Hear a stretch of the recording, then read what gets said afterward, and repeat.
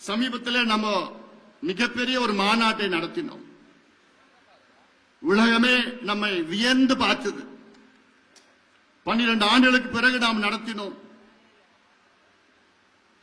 தமிழ்நாட்டில் உள்ள அனைத்து கட்சிகளும் வாயை பிளந்து ஆ என்று பார்த்தார்கள்.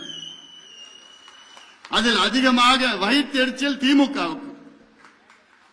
என்னடா இவங்க எங்கிருந்து வந்தாங்க, எப்படி கூடினாங்க, எப்படி அமைதியா வந்தாங்க, அமைதியா போனாங்க, எங்கேயுமே பிரச்சனை வரலையே, 10 மணி வரைக்கும் அப்படியே உட்கார்ந்தாங்களே, அவங்களே சாப்பாடு எடுத்துட்டு வந்தாங்க, அவங்களே பஸ் எடுத்துட்டு வந்தாங்க, காலையில 4 மணிக்கு தான் வெளியில போனாங்க, ஆனாலும் அப்பயும் எங்கேயுமே பிரச்சனையே வரலையே, எங்கிருந்துடா வந்தாங்க, எப்படி வந்தாங்கன்னு அவங்களுக்கு எல்லாம் புரியல. அதனாலதான் இன்று இதை எப்படியாவது பலவீனப்படுத்த வேண்டும், நாம் கட்சியை பலவீனப்படுத்த வேண்டும், நம் சமுதாயத்தை பலவீனப்படுத்த வேண்டும் என்ற நோக்கம் திமுகவுக்கு இருக்கிறது.